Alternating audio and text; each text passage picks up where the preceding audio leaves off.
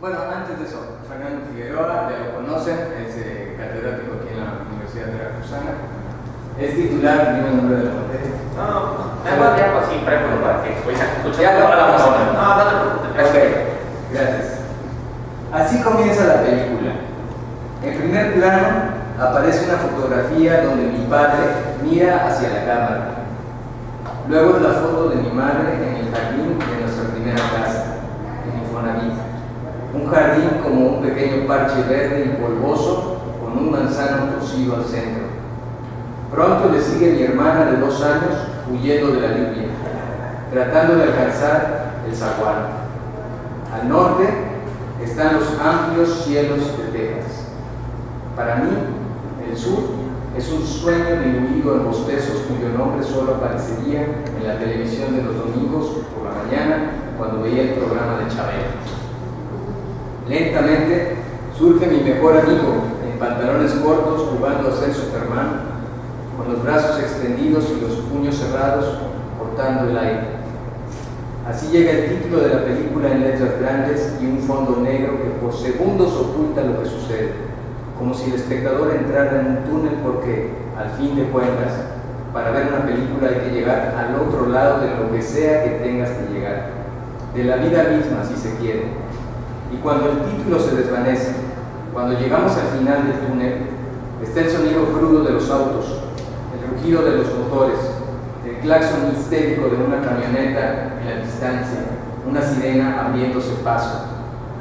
Comienza la toma aérea de la ciudad en medio del desierto oscuro, donde las luces son como miles de ojos de liebres cargados de luz. Alguien me ha puesto una pistola en la nuca.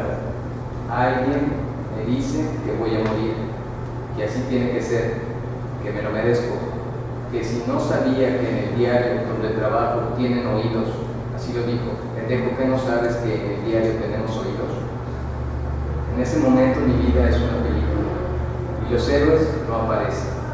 Solo hay gente que camina por las calles destruidas del centro, evadiendo los rincones más oscuros, mujeres que hablan por teléfono sin percatarse de lo que pasa, gatos dormidos en terrazas y perros a punto de ladrar. Cuando siento el cañón de la pistola en la piel, pienso en todo lo que no he hecho en la vida, en cómo nunca he estado en Zihuatanejo, por ejemplo, o cómo nunca me he lanzado en paracaídas. Pienso en Rebeca, en las uñas de Rebeca, sus muñecas y torso, en Rosana y su voz y piernas. Por un momento, en un solo parpadeo largo, del cual creo que no volveré a abrir los ojos, pienso en mi abuelo. Deseo un pase, cuidándome de la coca tanto tiempo para morir aquí arrodillado. Sin duda, por más que hagas cambios en tu vida, de una manera u otra, todo lo que has hecho se paga, como si una gitana te hubiera echado una maldición. Mi abuelo murió 2 años antes de que yo naciera, en San Luis Potosí.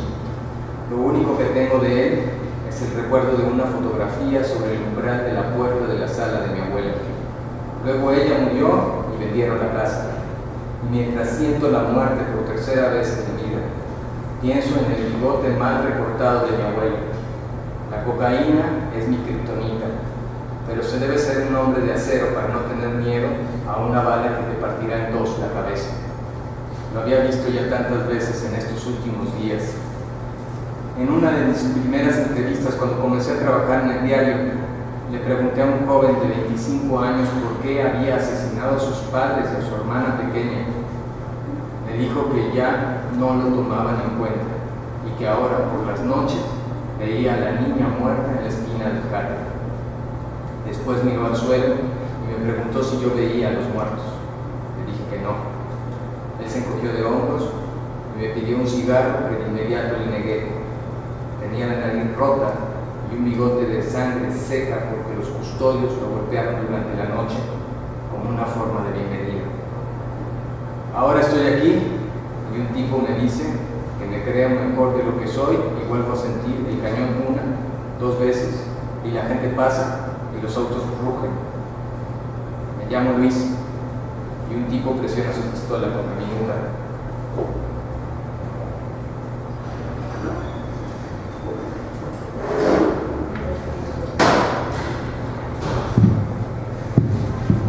Pues antes que nada, pues agradezco la invitación. A mí no me gusta mucho hablar en público. Nada más lo hago cuando presento mis propios libros, la verdad. Y bueno, los que me conocen saben que mis propios libros los pago yo mismo, porque nadie leería las cosas tan rebuscadas que yo mismo escribo. Entonces ya se me imaginarán que no tengo mucha práctica, entonces porque no hablo mucho en público. Pero siempre he estado prendado por Daniel desde hace ya bastante tiempo, y me hizo la invitación y por supuesto le hinqué el diente al trabajo, y es un muy buen libro. Y solamente pues me gustaría dedicarle unos minutos, porque me parece que es el autor el que debe de, o al que debe de hacerle las preguntas y el que debe de platicarles pues los anécdotas o lo que haya de trasfondo para hacer una obra de esta envergadura. Entonces yo simplemente quiero comentarles lo que se me hace más personalmente más atractivo de esta noveleta. Hoy los géneros están muy manoseados, no sé cómo decirle, pero pues, esta novela, ¿no? Lo primero que salta a la vista en la balada de los Arcos Dorados, para empezar, es que de una u otra forma me lleva a los años en que yo fui también corresponsal de noticias y también fui fotógrafo de Nota Roja. Entonces tengo varias licenciaturas, una de ellas fue comunicación, y digamos que por ahí de los 90, cuando el periódico se llamaba El Sur de Veracruz y lo vendían, y ahora se llama Imagen y lo regalan en las casas, yo era fotógrafo de Nota Roja y me tocó cubrir eso, y era bastante pesado, muy pesado, pero muy enriquecedor en experiencias. Y entonces esta obra me recuerda gran parte de esas noches de insomnio, pues es decir, creo notar o recordar a muchos agentes Pastrana en mis memorias. Creo también ver visiones como las que estaba viendo el estudiante, no precisamente de un amigo, pero sí es bastante fuerte encontrar un ahorcado, digamos. Entonces lo primero que se me hace bastante importante o bastante interesante de este libro, y yo por eso, nada más por eso lo compraría, es porque es un libro que está escrito de una forma muy sencilla. Por una parte se nota, no tengo el gusto de conocer al autor, pero se nota que hay un trabajo poético previo, porque hay partes que están muy bien depuradas, es decir, no se escriben así nada más cuánto escribir y ya las salen. Y hay otras que están escritas como si fuera un reportaje, como si se tratara de una nota periodística, lo cual da traste con los protagonistas, porque ya entrando en la novela, digamos, cuando empezamos a ver por qué la gente Pastrana pide su cambio para poder llegar hasta Chihuahua debido a todo el trasfondo que hay, la muerte de... Entonces, no les hablo tanto de eso porque me gustaría que se metieran a la trama, pero después viene otro aspecto, otra parte que yo también considero muy interesante de este trabajo, que es relacionar como se hace hoy, es una especie de, y si estoy mal, le ruego al autor que me disculpe, como si fuera una novela total, lo que se considera una novela total, relacionar acontecimientos o tener una habilidad para relacionar ciertos acontecimientos reales con lo que pareciera una ficción, y entonces de alguna u otra manera que no se empiece a notar cuál es la línea divisoria entre si esto ocurrió. Un ejemplo, bueno, lo acaba de dar ahora Daniel, pero pues aquí hay, por ejemplo, dos crímenes capitales o dos acontecimientos capitales. Uno es el de los McDonald's, ¿no? Los hermanos McDonald's y esas 6 hamburguesas que pasan más a la historia por ser 6 y por ser de McDonald's, es una carita sonriente, que por el crimen mismo que parece ya olvidado. Ese sería uno. Pero el otro que me parece interesante y que tiene que ver con lo que voy a decir es que, por ejemplo, en el caso, por ejemplo, de Charles Manson, que en muchas ocasiones hoy yo cuando suelo dar clase y le pregunto a alguna chica y lleva la playera de Kurt Cobain, le pregunto qué conoce de Kurt Cobain, aparte de su álbum, de sus álbumes, ¿no? Y lo primero que me dice es que estaba loco y era un liberal y pensaba muy chido. Entonces, es bastante interesante que con muy poca información haya una especie de, pues a lo mejor lo estoy diciendo mal, pero una especie de idolatría, ¿no? Y en esta novela lo que hace César es, de una u otra forma, uno de los protagonistas o un personaje, no sé si primario o secundario, porque sigue apareciendo, es Rebeca, de alguna u otra forma, que es una hermosa que nace y que tiene alguna relación o empieza, su madre empieza a tener, ser testigo de un acontecimiento pues límite o muy difícil, de una u otra forma termina llegando también a Chihuahua, que es donde está, digamos, que en un tiempo real. Estoy hablando de una retrospección y esto se hace con mucha maestría. Entonces se relaciona con este asesinato de la esposa de Polanski, que se relaciona con ese crimen, que se relaciona con la infancia y que pasa desde las Torres Gemelas hasta el momento real. Entonces, insisto, esto se me hace muy rico porque, digamos, por favor perdónenme la sencillez con la que lo digo, pero es como si estuviéramos viendo una película de, no sé, con a lo mejor con Jiménez Cacho, no sé, de crímenes, pero me están dando datos que de una u otra manera están relacionados con los datos que esté viendo la gente que esté investigando algo que tenga relación con la misma trama de la novela. O sea, y esto pues, me hace bastante interesante. Es complejo, sí es complejo, pero bueno, es complejo en el sentido de que no es que sea difícil, sino que requiere pues atención, vaya, y a lo mejor incluso, lo platicaba con Daniel previo al inicio de esto, a lo mejor requeriría, como cuando leí Los Hermanos Karamazov de Dostoyevsky, a lo mejor apuntar, si son varias personas, varios personajes, y algunos vuelven a aparecer, independientemente de los que sean apariciones, independientemente de si se sigue buscando al vampiro o no, si son vampiros o no son vampiros. Es decir, es muy interesante porque está mezclada el mito con el mito urbano, con el reportaje, con el testimonio, y son como viñetas, ¿no? Que por una parte vienen concursivas de una forma muy poética y luego vienen partes donde dices tú, aquí está tal cual, estoy poniendo un cañón aquí o te estoy diciendo chingado, o sea, chingado, ¿no? Hay varios chingado, coloquialmente. Pues el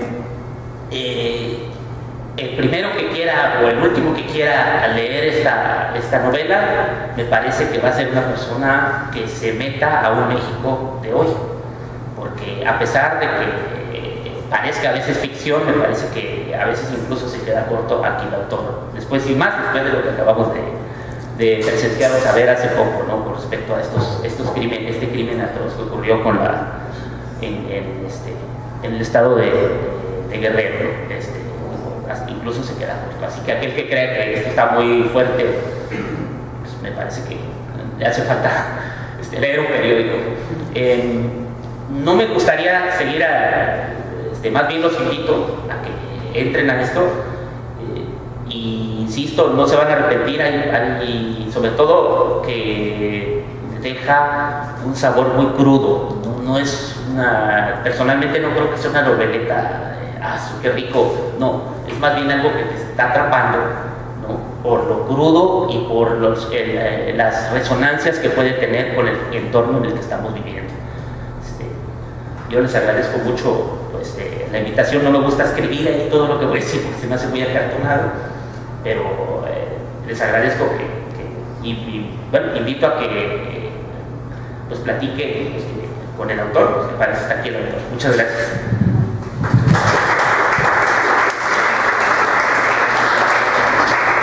No sé si quieras decir algo ahorita.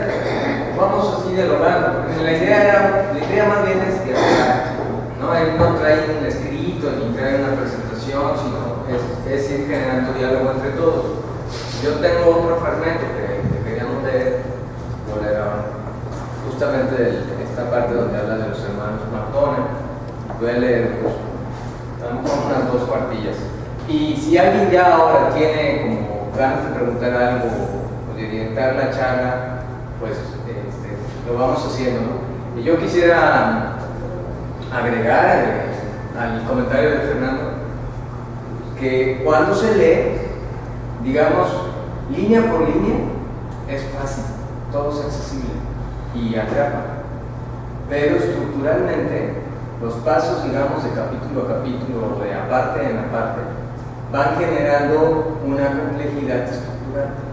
O sea, no va tan ligado un capítulo con el otro y ya sabes de fluido de qué sigue. Tienes que estar yendo a pensar, entonces este personaje ya salió de dónde es.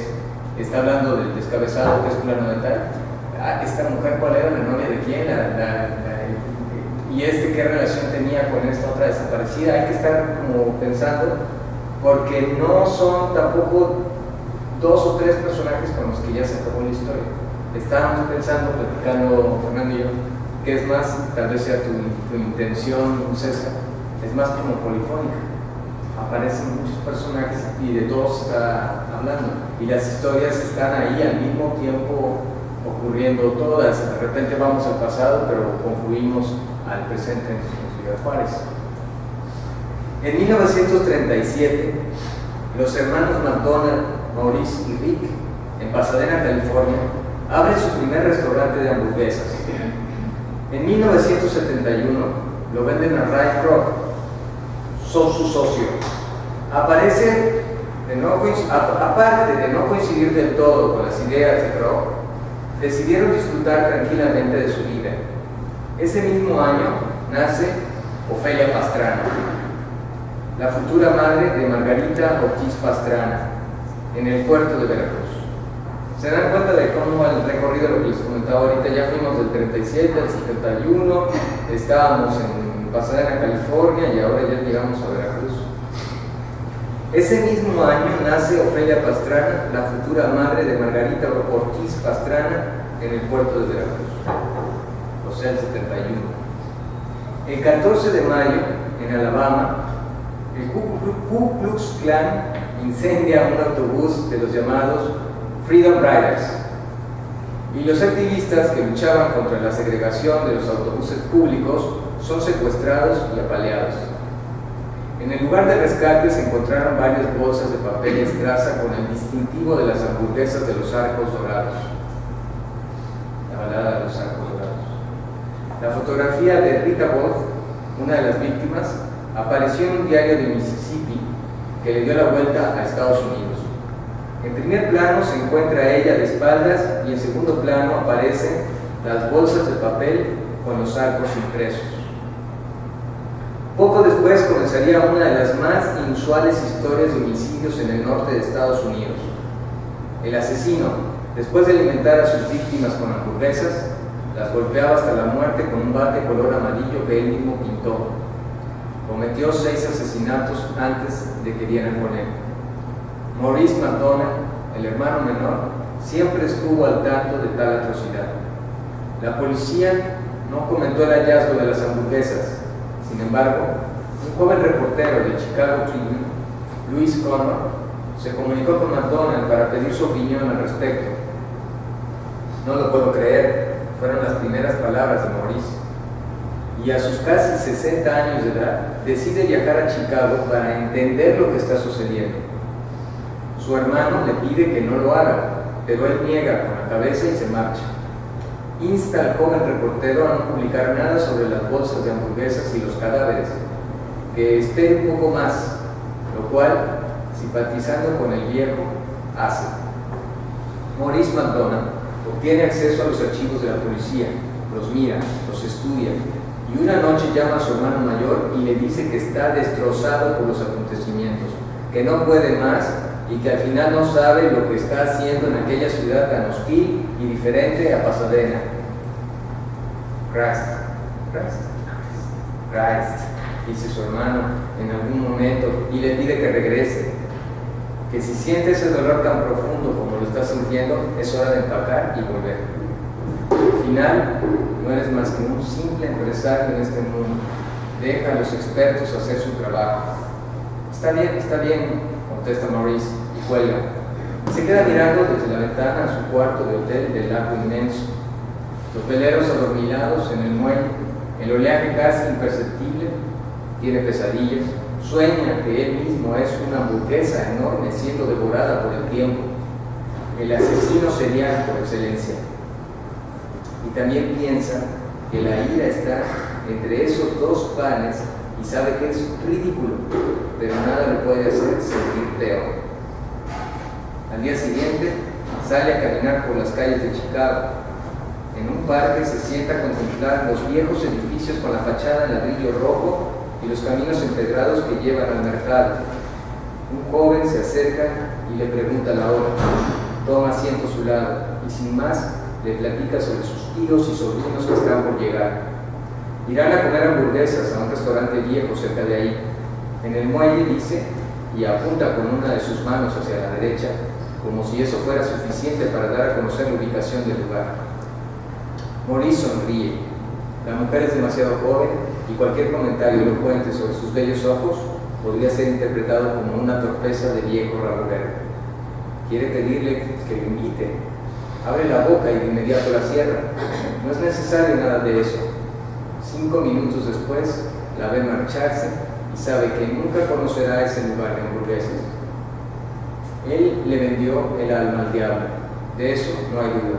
Y para poder vivir consigo mismo y de alguna manera perdonarse y ser perdonado por lo que ha hecho con su consorcio de restaurantes, decide continuar ayudando al joven Luis en lo que se pueda. Lo acompaña a todos lados como un ¿cómo es? Sidekick. Como un sidekick, que sería como un sidekick. Va a las juntas de diario, revisa los archivos, paga los honorarios a investigadores independientes sin escatimar en costos, se desvela y bebe café y come donas baratas en un 7-Eleven cerca del hotel donde se hospeda. Entonces, a principios del 72, el asesino de los Arcos, como se le ha llamado secretamente, comete un error y Louis Norris lleva la información a la policía. Cae por las huellas digitales que dejó en el envoltorio de una hamburguesa y que coinciden con las huellas marcadas con catsup en el marco de la puerta donde terminó con la vida de la que sería su última víctima.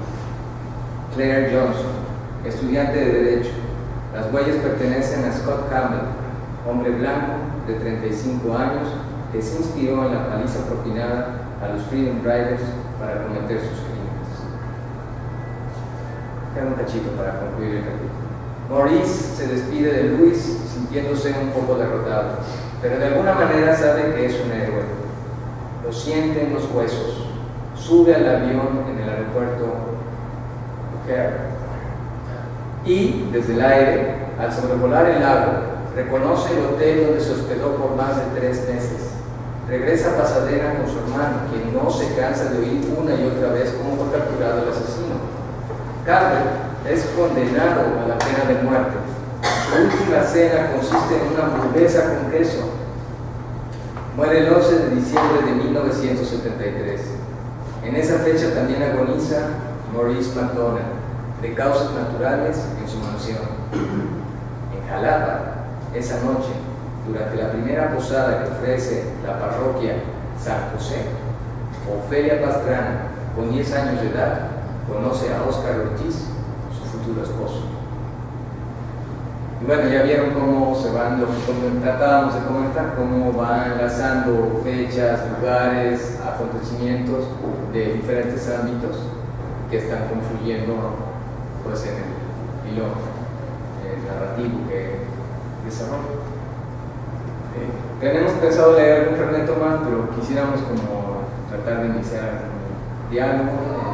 Como yo decía, que parece sencillo como está escrito, pero tiene un manejo de muchos personajes, hay una trama intrincada, hay esta sensación de todo el tiempo de búsqueda, de resolver el caso, de estar siguiendo la intriga, y hay que estar entendiendo quién lleva la voz cada vez, ¿no? Y hacia dónde nos conduce. Pues no sé si quisieras comentar algo o ir generando el diálogo. Bueno, antes que nada, muchas gracias por la invitación, muchas gracias, Fernando, por las palabras. La novela tiene una tesis que es la que estaba manejando, que es, y una disculpa por llegar tarde, no fue mi intención llegar tarde, no fue mi intención. La tesis que yo estoy manejando en la novela es qué pasaría si una persona común tomara la justicia en sus propias manos, lo que se le llaman vigilantes, ¿no?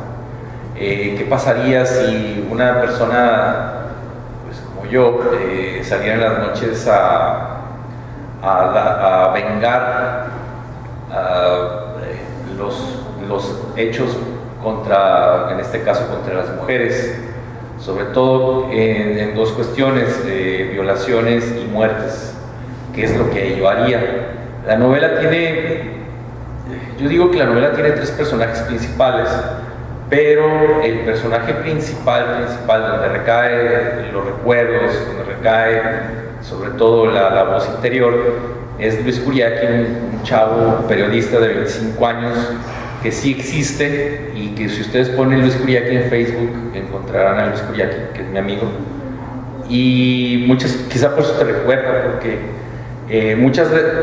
hay historias que no entran en la novela, pero varias de las historias son prácticamente de él. O sea, él me contó algunas cosas terribles y unas cosas no tan terribles, ¿verdad? Y ahí aparecen de alguna manera veladas y otras muy claras. Quizá lo más interesante de una novela es qué es real y qué es mentira, y qué viene desde el autor y qué viene desde lo que le han contado el autor. Yo viví en un Infonavit Casa Grandes en Ciudad Juárez.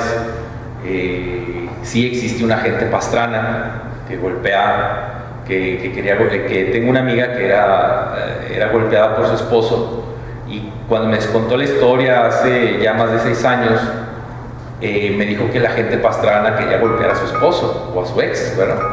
Entonces dije, si hago una novela algún día de policías, le voy a poner el agente Pastrana, porque se me hace que es muy divertido el nombre y parece muy realmente de policía, ¿verdad?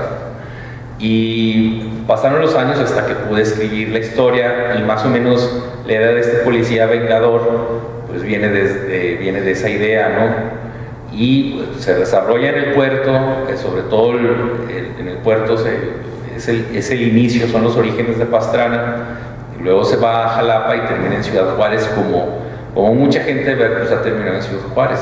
Usualmente es antinatural que alguien de Ciudad Juárez venga hacia el sur, usualmente uno tiende a irse al norte, ¿no? Pero bueno, yo soy de esos que bajan y aquí viven, ¿verdad?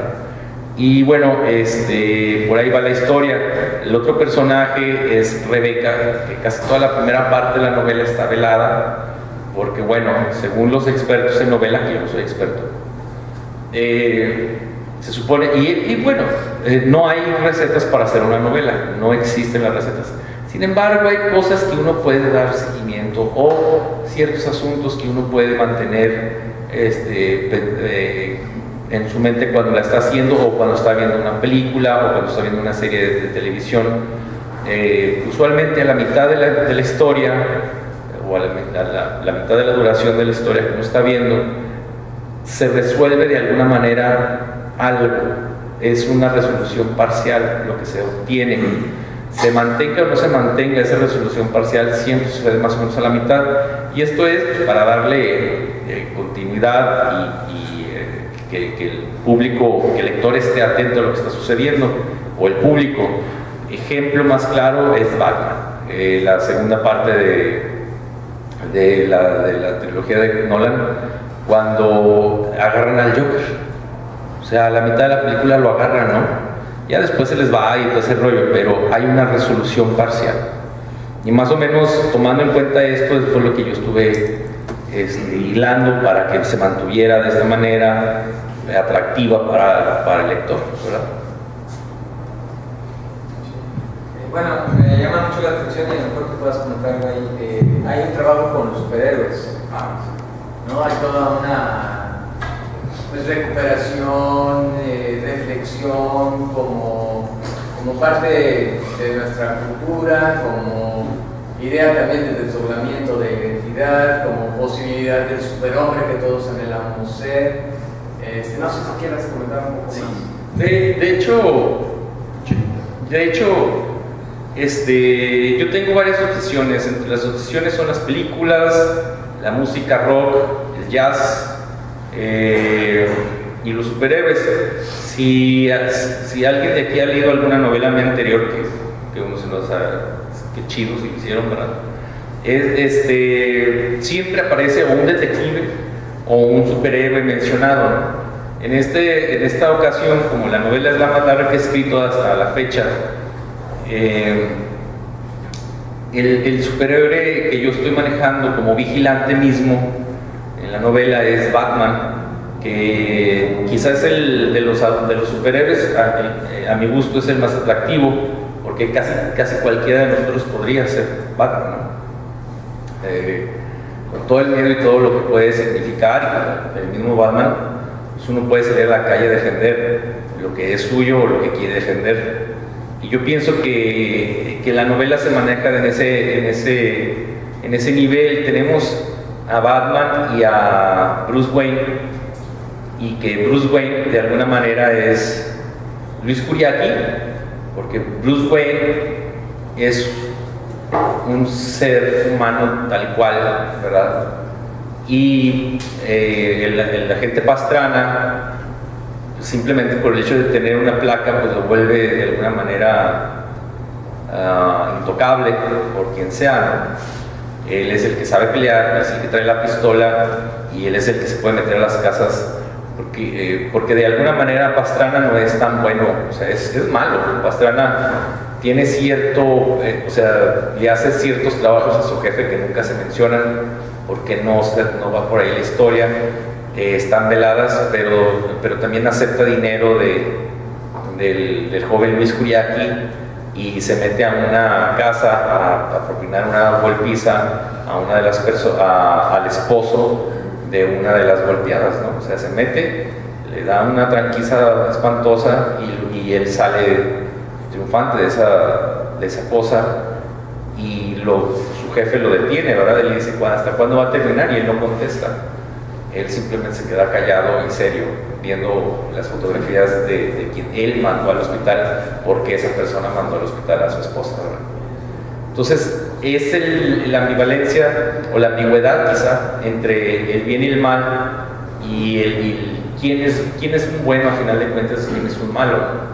No me interesó haber planteado que los malos también tienen sentimientos, aunque los tengan, ¿verdad? No me interesó eso. Lo que me interesaba era contar la historia lo más lineal posible, pero creo que está más torcida de la que yo creía, ¿verdad? ¿Sabes? También tienes manejo de voces, porque Luis Kuriaki cuando habla aparecen cursivas y hay un narrador, ¿no? Que tiene que ver con la estructura de la novela. ¿Reconoces otras voces que están? Pues, por ejemplo, cuando habla Luis Kuriaki, pues, tiene 25 años, y lo más difícil para un escritor, bueno, entre todas las cosas, es definir voces y la estructura que se va a llevar con cada personaje que se está manejando. El personaje es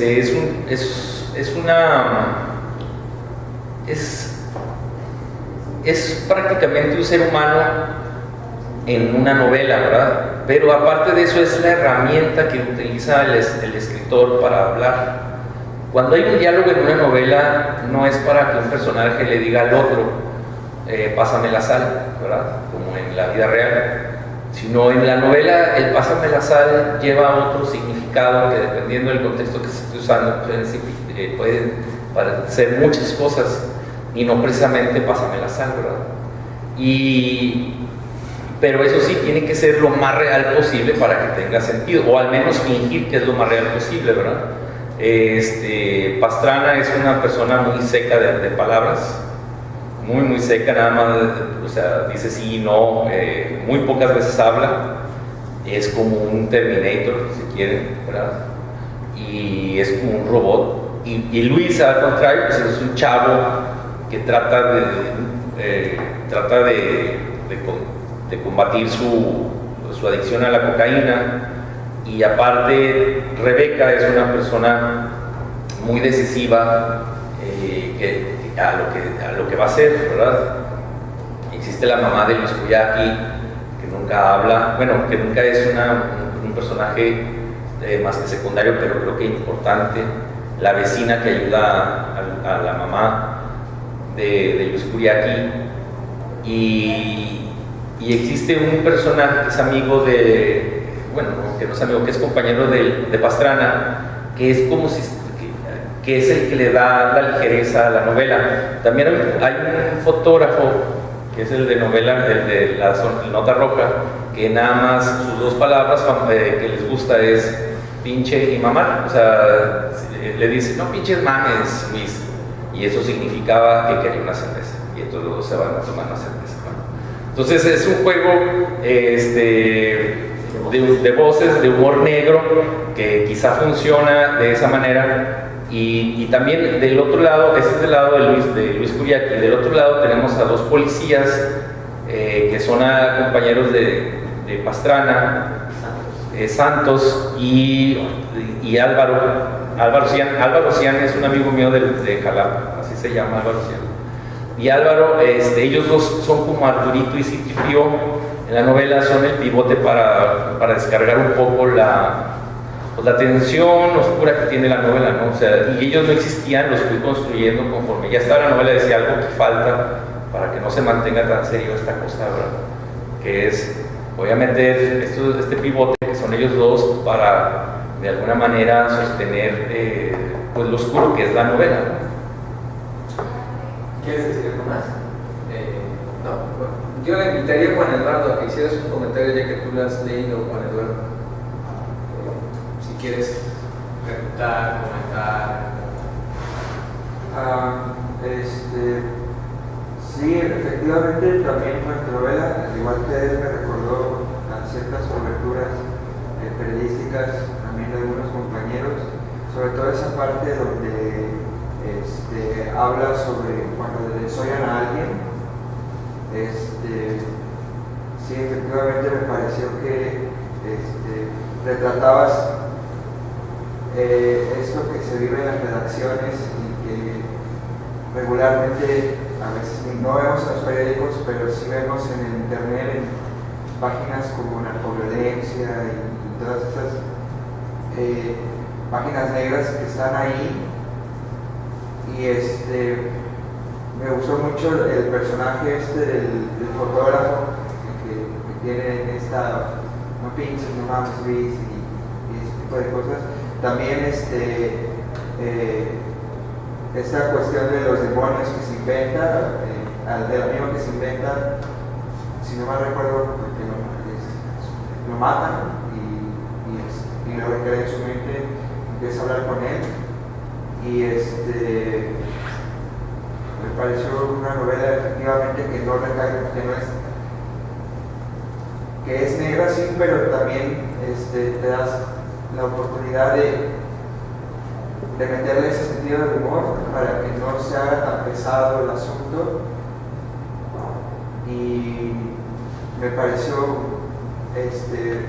muy padre todo el manejo de las voces, y también cómo pasas de Jalapa a Chicago, y de Chicago a Veracruz, y toda esta polifonía de voces que se van dando en la novela. También noto cierta afición, o bueno, veo a Cormac McCarthy ahí, no sé si me equivoque, incluso lo metes en un epílogo. Y bueno, yo quisiera preguntarte cuánto tiempo te tardaste en armar toda la novela, y qué tan difícil fue para ti encontrar toda esta polifonía de voces, o si la forma en que habla Luis Curiaqui en la novela es la misma en la que habla en la vida real. Esas serían las preguntas que tendría. La novela está, pues sí me tardé en hacer la novela, porque ya de pronto, ya cuando tienes al personaje hecho en la cabeza es más fácil sacarlo y pasearlo, ¿no? O sea, vas escribiendo y vas diciendo, ahora lo voy a llevar hasta el centro, y entonces ya en el centro, con esa mente que tiene el personaje, que eres tú, ¿verdad? Un pedacito de ti, vas pensando lo que va diciendo él y si te sirve, pues sirve, si no, de todo modo lo tienes que vaciar, lo tienes que escribir, y después viene la cuestión de edición, que es lo que quitas que no sirva, ¿verdad? Para el efecto de la novela. Como yo trabajo es que hago una línea de tiempo, o sea, una rayita, ¿no? Así como la de la ranita, una rayita. Sobre esa raya voy poniendo yo algunos eventos que quiero contar. Por ejemplo, digo, va a haber 4 cadáveres en toda la novela con un solo balazo en la cabeza, y lo voy distribuyendo, quizá 2 o 3 antes de la mitad, o 2 antes de la mitad, 2 y 2, para que sea equitativo, pues, en cuestiones de la narración. Y sobre esos cadáveres, que son los que me interesan construir, que esto hago en cualquier novela, ¿verdad? Que esto hago en cualquier novela, nada más en esta, voy construyendo la segunda capa, se puede decir, que es la historia que quizá me interesa más contar, más de los cuerpos, o el primer caso para que se cierre ese primer espacio. Es más interesante que digas que es una, pues sí, que sí es una novela negra porque hay asesinatos, ¿verdad? Si hay un policía, pues obvio que tiene que haber un muerto por ahí que tienen que resolver, como Sherlock Holmes o como las novelas de Paco Ignacio Taibo, o sea, no hay problema con eso. Y yo pienso que hay más humor en la novela de lo que se menciona, ¿no? A mi gusto. Creo que es una novela donde lo negro, donde la historia la historia, para mí es una historia de drama, es un drama con tintes de novela negra, ¿no? Con pequeños salpicadores de novela negra, porque a final de cuentas es un periodista y es un policía y tienen algo que hacer juntos. Luis Curiaqui o sea, Luis Curiaqui es una persona tal cual, su nombre real es Luis Chaparro, pero se pone Luis Curiaqui y así firma, y es pues es muy distinto, se parece a la novela, pero a final de cuentas no es él. De hecho, yo le pregunté qué se sentía estar en la novela, ¿no? Ya que la tiene en la mano, y luego me dice que lo mismo le pregunta a su novia, dice qué se siente que estés en la novela, y dice, es como divertido, pero también no soy yo, porque pues, no es él, ¿no? Pero sí es él a final de cuentas, o sea, la mitad es él y la mitad no es él. ¿Y cuál era la otra pregunta? Que me parecía que estaba Cormac McCarthy. Creo que la novela que más he leído en mi vida, releído, ha sido No es país para viejos, de Cormac McCarthy. Creo que para mí, la obra de Cormac McCarthy es muy compleja, sobre todo la primera parte, antes de unos libros que se llaman La Trilogía de la Frontera. Antes de La Trilogía de la Frontera son libros muy difíciles que yo quiero leer y no puedo, o sea, por ejemplo, algo del Vergel, El Guardián del Vergel, la empiezo a leer y la empiezo a leer. Igual Sutre, no puedo, o sea, es muy poética, pero vas leyéndole y dices, ay, no le entiendo, o sea, no, pues, sí, es muy difícil, ya dejó todo eso, y de pronto son puras palabras y tienes que volver otra vez al principio y se me hace muy complejo. Después de La Trilogía de la Frontera, pues se va relajando todo eso, se va volviendo más historia. Me recuerda a un Borges contemporáneo, ¿no? Borges, entre más viejo se volvía, pues más sencillo se volvía su literatura, aunque igual de difícil era todo, ¿no? Y igual Cormac McCarthy, y la novela que leí más de él No es país para viejos, que es prácticamente de las últimas que ha escrito él, y la leí 8 veces, más todas las releídas que di, ¿verdad? Y hasta es tan así que me gusta tanto que, bueno, hay un epígrafe ahí dentro de él. Y la mamá de Luis Curiaqui está leyendo No es país para viejos, y ahí se menciona, nada más no dice el nombre porque no se acuerda en ese momento, ¿verdad? Pero la mamá está leyendo esa novelita ahí. Chicos, si tienen algo que les surja ahora con preguntas sin haberlo leído, o que quieran pues aprovechar que nos está enseñando un poco las costuras del autor. ¿Quiere decir algo? O sea, ¿decidiste que la estructura de la novela fuera compleja? ¿O fue saliendo mundo de la escritura? Como dicen por ahí, uno escribe lo que puede, ¿verdad? Yo pensé que era sencilla, me están diciendo que no. Pero bueno, para mí es una historia, o sea, es un chavo de 25 años que se vuelve periodista y va encontrando, y en su trabajo le piden que investigue, porque entre todos estos cuerpos que están por ahí tirados, que sí se puso muy feo, que de pronto aquí pues ya sabemos cómo está el asunto, empiezan a encontrar cadáveres específicos con un solo balazo en la cabeza, un solo balazo, calibre 22. Entonces a Luis Curiaki le pide a su jefe que investigue qué está sucediendo con esos cadáveres. Y como está sucediendo en ese momento donde todos los muertos están apareciendo, pues ahí es quizá donde se empieza a complejizar todo, ¿no? Porque bueno, mis obsesiones, pues aparte de que son las mías, ¿verdad? Siempre tengo que hablar de un detective, siempre tengo que hablar de superhéroes, y se va complejizando precisamente más que la estructura, yo diría, en el sentido que está dentro de la novela. Estaba leyendo un libro cuando lo estaba construyendo, que se llama Macmundo, es un autor, está en libros de Lince, y es un autor, Ojo de Lince, que se llama la editorial, y es un autor español que precisamente habla sobre el fast food, sobre slow food, sobre los no lugares, y luego se empieza a complejizar los no lugares que ya se vuelven lugares para la gente que trabaja ahí dentro, ¿no? Y pues de alguna manera es filosófico todo ese libro, y aparte de que nos da datos sobre los hermanos McDonald, que ese asesinato no ocurrió, sí ocurrieron los Freedom Riders, esos sí existieron, y sí existieron los hermanos, existieron las fechas tal cual, pero todo lo demás es ficción completamente.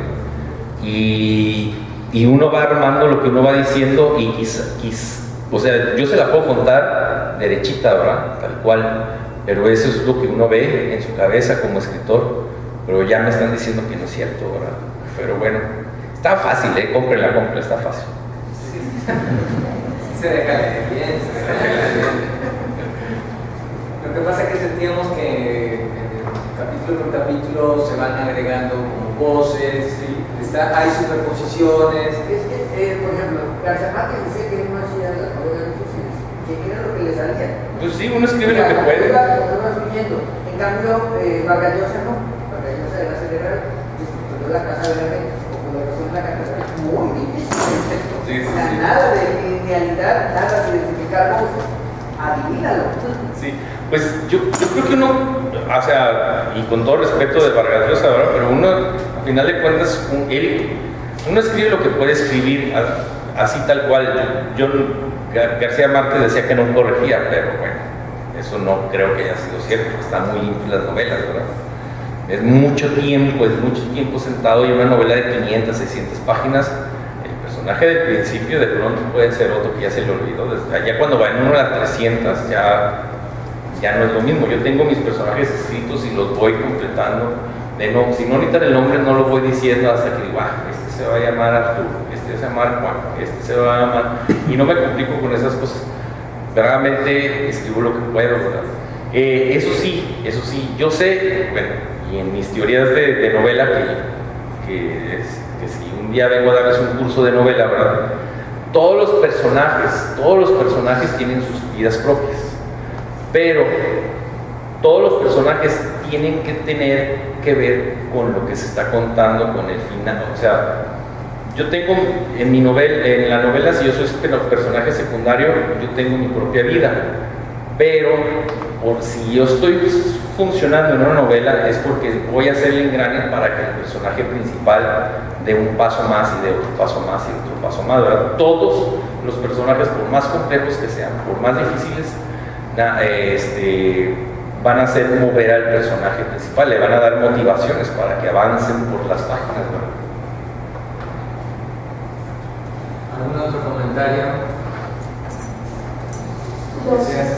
Las personas que mueren, que los asesinan, coinciden en la novela en fechas, porque son diferentes lugares o ellos están conectados de alguna manera?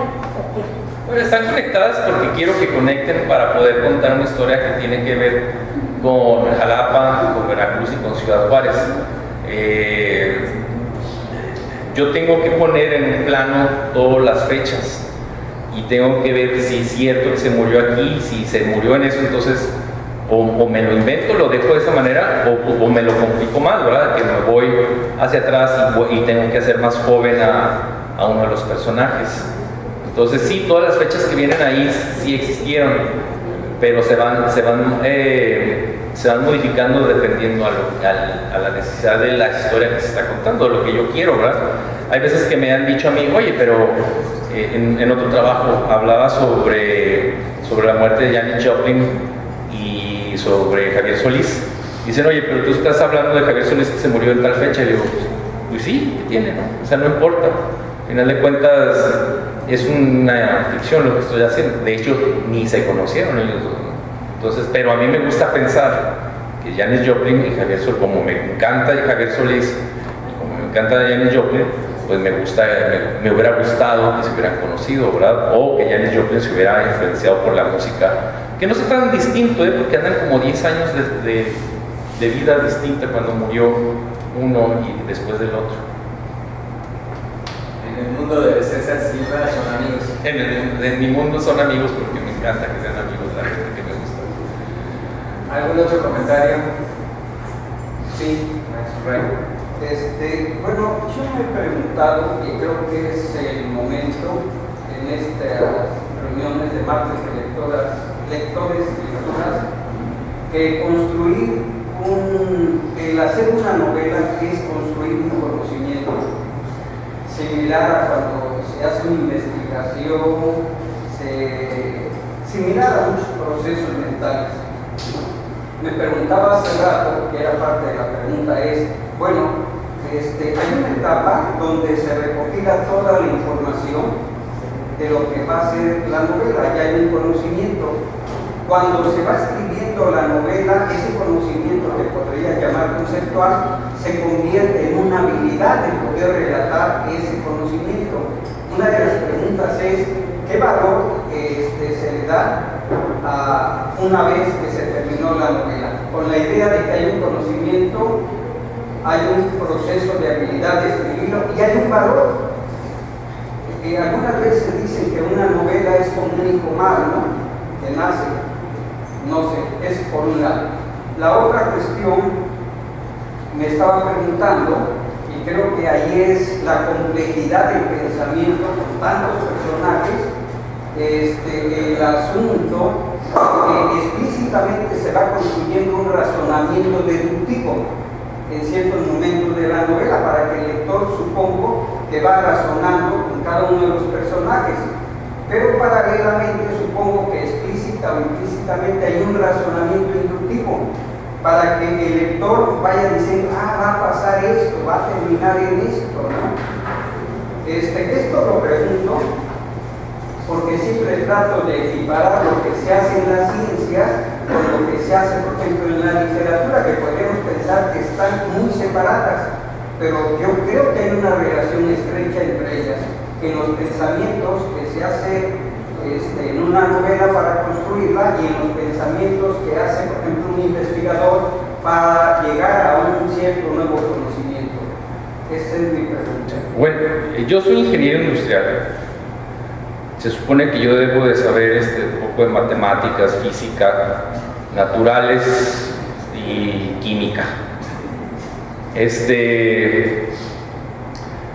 leído algunas cosas de ciencia. En algún momento puede parecer lo mismo. En algún momento puede surgir de la misma línea. Y la habilidad para investigar creo que son de los dos. Sin embargo, se va torciendo todo cuando el escritor el escritor es el gran mentiroso de todo.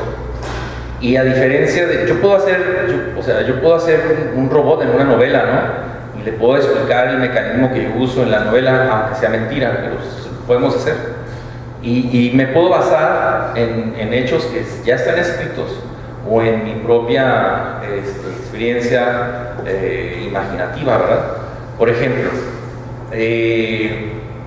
yo he visto ovnis y no son redondos, son cuadrados. Entonces, en ese momento, esa mentira que acabo de decir está todavía más torcida, y ¿por qué no va a poder ser real, verdad? Entonces, ahí sí ya no tiene nada que ver la realidad científica con la realidad literaria. Lo que creo yo que hace el autor, hace poco yo estaba en una fiesta y me dice la mamá de un amigo mío, me dice, qué fácil escribes, o sea, es como si alguien me estuviera contando una historia, qué barbaridad, ¿cómo le haces? Y le digo, pues yo la verdad tengo desde los 17 escribiendo, ya sería el colmo que no pudiera escribir así, ¿verdad? Y tengo muchas páginas para haber llegado a la novela, y tengo, a veces hasta me pasa como 6 meses, 7 meses antes de dar con la voz que quiero. No escribo nada, voy pensando las historias y voy haciendo anotaciones pequeñas, y al último entra la voz, que es como que dice, hago casting, ¿verdad? Digo, esta voz no me gusta, no quiero que sea mujer, quiero que sea hombre, a lo mejor mujer me conviene, etcétera, etcétera. Pero viene la habilidad de contar. Entonces digo, pues no sé, es una habilidad que tiene uno. Y yo tengo una amiga, y bueno, y es el ensayo, y hoja tras hoja, tras hoja, tras hoja, y muchas lecturas. Y tengo una amiga que es cantante de ópera, que está ahí en la Roma. Y esta mujer, cuando canta, se agarra de aquí, y canta de ópera, y se sostiene con una mano, ¿verdad? Y empieza a cantar, y hace todo el escándalo y todo. Muy padre. Y yo le pregunto, ¿y cómo le haces para cantar? Que no se ve el esfuerzo, ¿verdad? Y dice, no, bueno, es que yo estudié. Y digo, sí, pero es que ¿cómo le haces? Y en ese momento me caí a mí mismo la misma respuesta que yo le di a la otra persona, ¿verdad? O sea, es el estudio que uno tiene y la habilidad para que parezca ficción, que parece sencillo, ¿verdad? O sea, es pura ficción que parezca sencillo, porque son muchas horas de trabajo y estar revisando y torciendo la frase y poniéndola otra vez al derecho, y eso de que, por ejemplo, de que tenía que ser que en el puerto de Veracruz sucede algo, y luego están los hermanos en Pasadena, y luego regresa a México, y luego se cuenta toda la historia del 73 y regresa a México. Yo lo que necesitaba contar era cómo la historia de los Arcos Dorados puede funcionar para que una persona en Veracruz se cruce por la novela y sea la principal, ¿no? Todo tangencialmente hasta llegar a Ciudad Juárez. Y bueno, y ese capítulo lo escribí, y se oye como muy sencillo, ¿verdad? Cuando lo estás leyendo, sobre todo acá el maestro que lo está leyendo, parece como que no, pero es estar viendo la hoja, y estar viendo, y estar viendo, y estar viendo, y decir, no, pues no va así, le voy a agregar, le voy a quitar, le voy a poner, para que fluya, y fluya, y fluya, y fluya. Y un consejo que yo doy para los escritores es leer la obra en voz alta. Cuando uno empieza a leer en voz alta lo que está escribiendo, se da cuenta de dónde va fallando y qué es lo que va necesitando para que fluya. Y yo creo que ahí está el conocimiento puede ser sencillo. Por ejemplo, si yo quiero abrir una puerta y tengo que poner tensión en algún momento tuve que abrir una puerta en una novela, pues tuve que hablar sobre el mecanismo, cómo entraban los dientes en el cerrojo, y cómo movían, cómo movían las levitas que tiene adentro, y cómo ya se enganchaba y daba la vuelta a la puerta, ¿verdad? O de un elevador que tiene levas y todo ese asunto, para que se oiga más convincente lo que uno quiere decir. Pero ya hay veces en que todo eso, en el conocimiento duro, tal cual, no funciona, porque al final de cuentas yo quiero ser el gran mentiroso. Philip Roth, estoy seguro que Philip Roth, cuando todavía escribía, decía, van a ver, les voy a contar puras mentiras, y les voy a decir que son puras mentiras, y entonces, ¿qué es lo que yo quiero hacer? O sea, voy a contarles puras mentiras, pero divertidas, ¿no? Para pasarse un buen rato. Sí, le voy a dar la palabra, pero le voy a dar más una. El maestro nos visita en estancia con nosotros, y él es maestro de exactas, temática, pero está metido en promotores de lectura porque está haciendo los vínculos para de qué manera la lectura, en este caso literaria, o la lectura de novela o la lectura de relato, puede ser útil para aportar en procesos de conocimiento para las ciencias. Eso sí.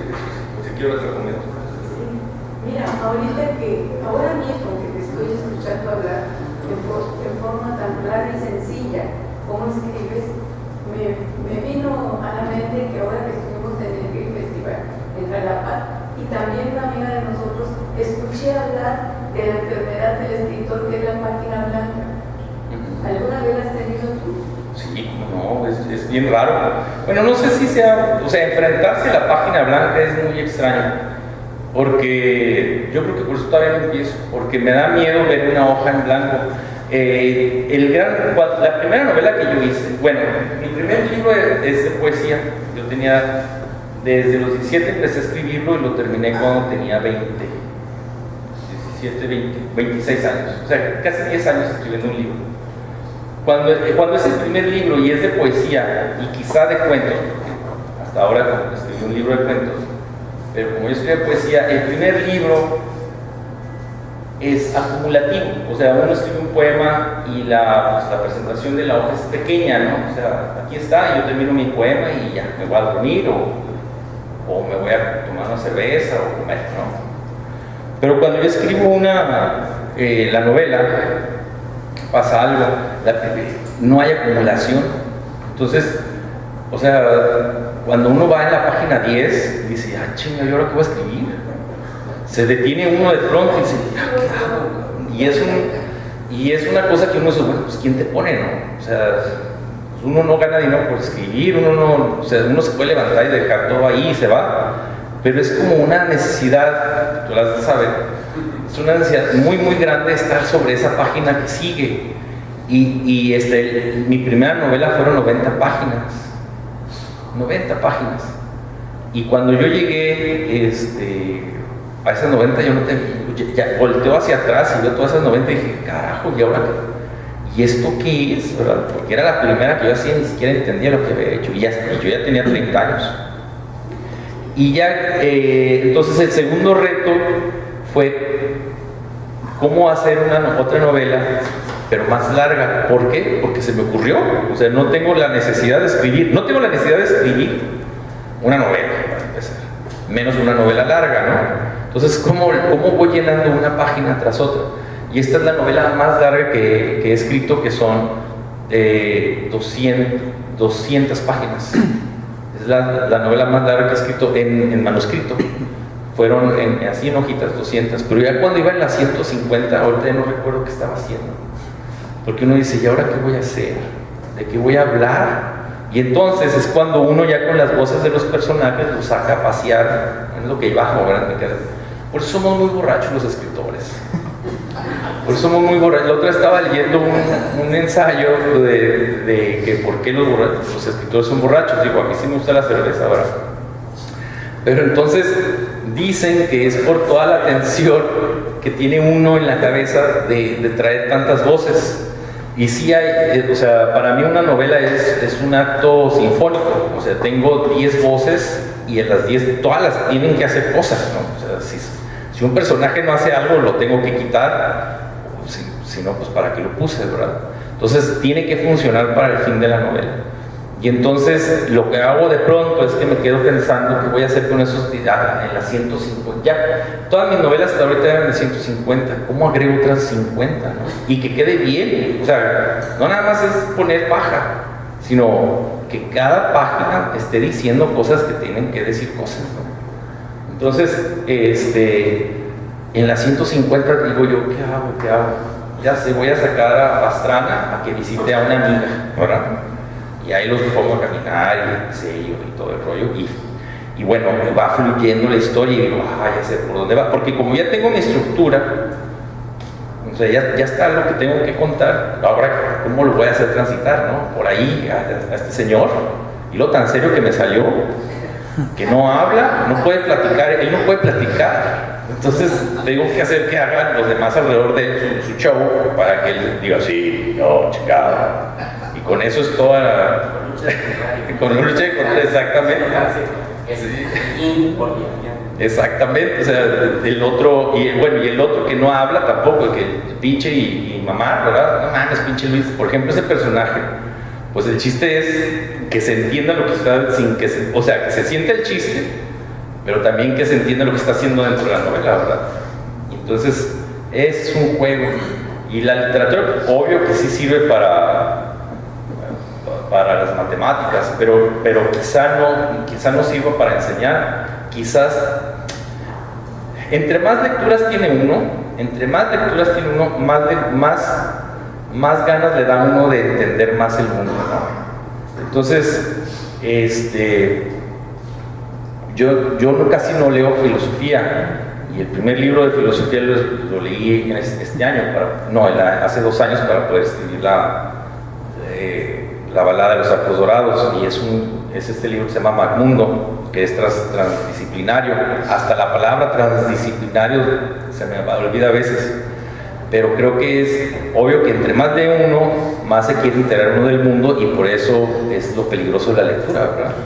Por eso es peligrosísima, porque uno se puede ir por las ciencias sociales, puede ir por las ciencias naturales, por las matemáticas, por la física. Por ejemplo, ya de mis cosas que me acuerdo, bueno, todo, a final de cuentas, todo es matemáticas, ¿no? Absolutamente todo es matemáticas, no hay nada que no sea matemáticas, y al mismo tiempo la física es matemáticas.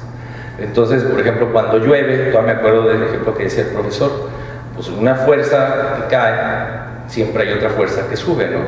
Se me olvidan mucho las palabras, pero es la misma resistencia del aire. Entonces, si no existiera esa resistencia del aire, uno diría, ¡va a llover! ¡Córrele! ¿Verdad? Porque te mataría una gota de agua.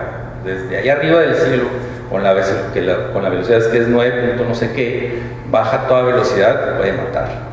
Entonces, todo es matemáticas, absolutamente todo. El vaso, el teléfono, el sonido que sale, que está en decibeles.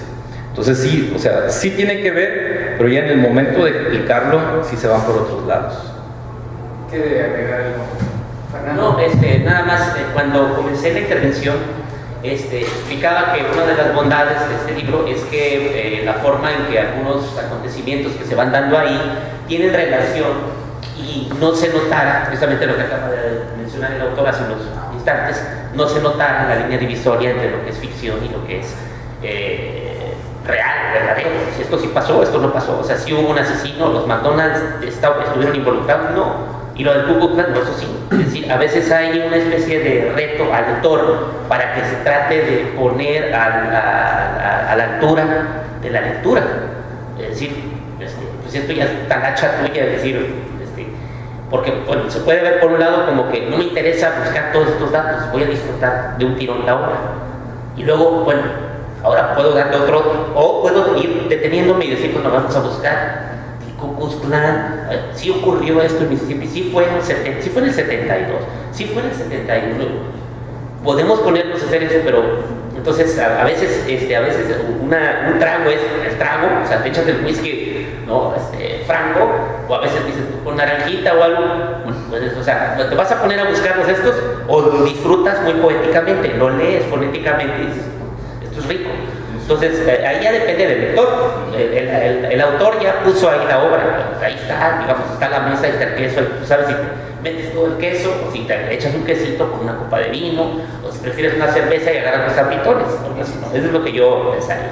Y finalmente lo que quería comentar es que se me hace bastante coincidente, pues, no sé si así se diga, si sea una coincidencia, que precisamente ahora esté casi en las galeras la obra que presento el próximo año si estoy vivo, y se llama precisamente Superhéroes Neurasténicos, y uno de mis superhéroes, pues la tesis que defiendo ahí, mi superhéroe por excelencia siempre ha sido el Guasón, porque yo me considero una persona contradictoria, lo he dicho en muchas ocasiones, y además ambivalente, y además caótica, pero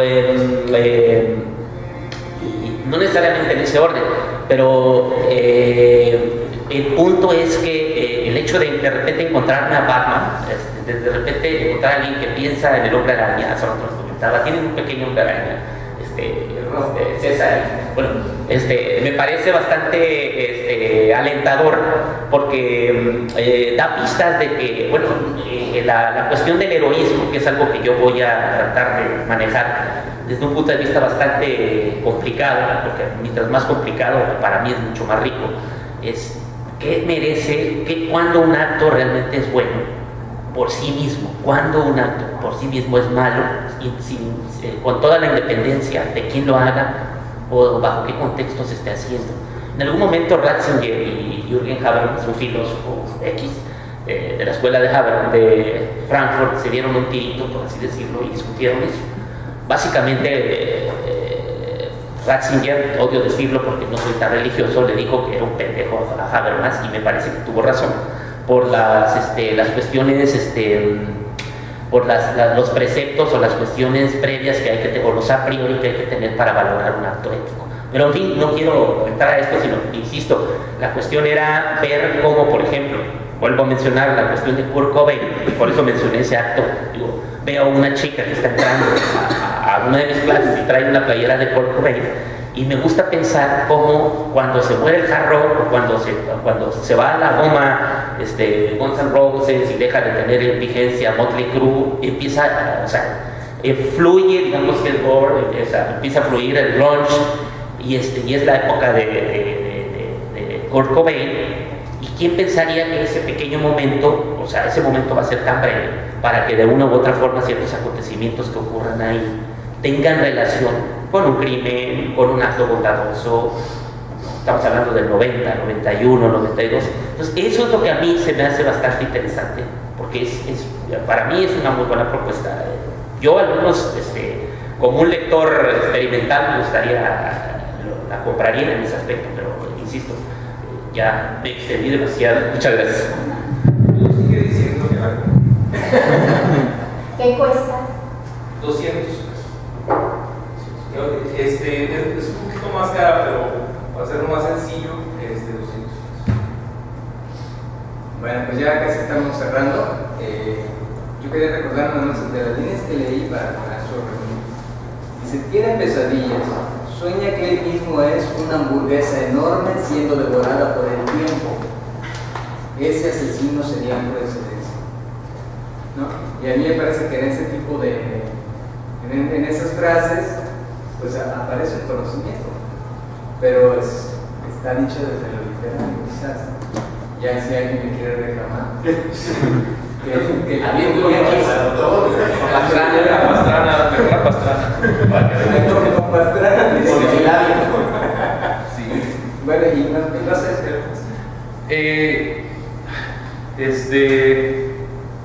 no se me fue la idea. se te viene la idea. Yo quería que leyeras los tres epígrafes y cerramos porque...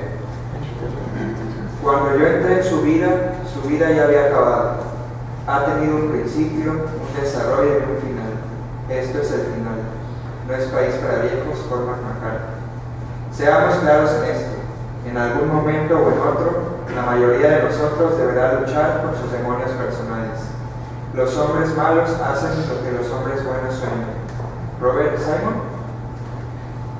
Tal vez ya prendieron el reflector para pedirte auxilio, y allí están doblados tu traje de héroe y tus sentimientos de héroe, listos para cuando entres en acción. Batman, José Carlos Gutiérrez. Bueno, pues ahí está la invitación y sí. Hablaba César de que si hubiera una carta de las novelas, le pediría a los escritores que leyeran en voz alta. A mí me sucede al contrario, quizá porque somos de distinto género. Tú eres varón, yo soy mujer.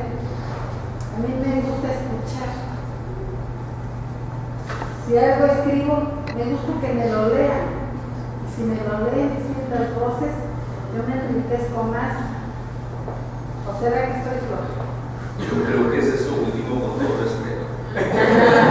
Quiero decirle algo, y es con todo respeto, cuando uno se lee a uno mismo, se abre. A mí no me gusta leer, pero es más, hay veces que yo estoy dormido o estoy durmiendo y oigo a mi esposa, que es Magali Velasco, en el estudio hablando, y yo ya sé qué está haciendo. Está leyendo su trabajo, que es cualquier ensayo, cuento o novela, lo está leyendo en voz alta, porque la misma voz de uno le proporciona toda la crítica que uno necesita. Bueno, tiene que ensayar uno, ¿no? Pero hay veces que son las 12 de la noche y no hay nadie que le pueda leer a uno, ¿verdad? La otra es, yo le leo a la persona para que la otra persona me diga qué es lo que está pensando, pero siempre en voz alta, porque es cuando van saltando todas las... Yo los llamo así, pero no tiene que ser así, todas las ridiculeces que uno puede escribir en una hoja. O sea, supongamos que mi novela es muy ridícula, ¿no? Pues ya le quité muchas cosas ridículas que tiene. Entonces uno va puliéndola, uno va haciéndola, igual poemas. Es más fácil que uno lea su propio poema en voz alta, para que vaya uno entendiendo qué palabras no tienen que ir ahí. Igual el ensayo, cuando uno va leyendo el ensayo, de pronto dice, ¿qué idea tan extraña puse? Porque la voz de uno interna es más bonita que la voz externa, ¿no? La voz externa es física, y esa voz con esta voz yo tengo que vivir, y esta voz es la que me da a mí el sentido de la realidad. Hay veces que uno tiene una idea muy bonita en la cabeza, una idea precisa y clara, pero cuando esta idea se transmite hasta el brazo y la va bajando, se da cuenta de que no está bien redactada, y entonces viene el segundo proceso. Uno tiene que ver visualmente lo que está haciendo, y uno dice, bueno, ¿y dónde quedó el sujeto? ¿O dónde está el predicado? Porque el predicado está primero que el sujeto. Y entonces viene la voz alta, le va dando a uno la idea de cómo va bajando todo eso y si es correcto o no. Si yo no leo, y yo se lo digo con toda honestidad, si yo no leo es porque estoy muy cansado, y entonces lo que hago es que al día siguiente lo tengo que leer, pero de que lo tengo que leer, lo voy a leer, porque de esa manera yo corrijo. Y si usted corrige en voz alta, se va a dar cuenta que es más fácil seguir trabajando. Nomás que nos da vergüenza. Es como verse bailar, ¿no? A nadie le gusta verse bailar. Bueno, a mí no me gusta bailar, pero es muy difícil que digas, no, mejor desde aquí, ¿no? Es más sencillo no enfrentarse a realmente caer en el rodeo y hacerlo. Son procesos, cada quien tiene sus procesos. A lo mejor, bueno, yo comento el error a la hora de estar pintando. Yo pinto en óleo y cometo mucho el error que comete la maestra. Ahora yo no voy y le pregunto a la gente cómo se ve cuando está como avanzadillo. Me dicen, es que tu percepción es que esto va primero y es que sube o ponle más tono. Entonces ya cuando me dicen eso, yo veo mi cuadro como lo ven las otras personas y ya no es mi cuadro. Entonces, a la hora de querer hacerlo, mi cuadro, las otras personas lo ven mal o chueco, esto lo pusiste muy adelante, o el mantel lo va así, y yo sigo pintando como ellos quieren, y al final mis cuadros no me gustan. Entonces, lo comparo con lo que dices, ¿no? A la hora de leer tu propia obra, tú sabes lo que estás haciendo, y si vas y se lo pides a alguien más que lo lea, está leyendo lo que él ve, y tú estás escuchando lo que esa persona lee, ya no es tu obra. Que por supuesto va a leer más bonito que uno. Puede ser, a lo mejor la persona no, pinta la verdad mejor sí, que y yo. cuando él lee mejor que yo. ¿Tú pintas? Sí. Tengo un amigo que es pintor, y un consejo que él me da, yo no pinto, pero él se toma, no sé si tú lo harás también, toma fotografías de lo que hace. Entonces toma fotografías de lo que hace y se objetiviza la pintura y se va dando cuenta, no es lo mismo, Entonces así es en crudo lo que estás viendo, entonces te lo recomiendo que lo hagas. O sea, tómale una foto a un cuadro tuyo y de esa manera es como leerse en voz alta. Ya está ahí en la hoja, ya está. Y entonces te das cuenta si le falta o no le falta algo al cuadro. Eso me lo enseñó un amigo que es pintor. Bueno, pues ya para cerrar. ¿Es aprender? Sí, claro. Ya para cerrar tengo que comentar que el amigo Fernando trajo...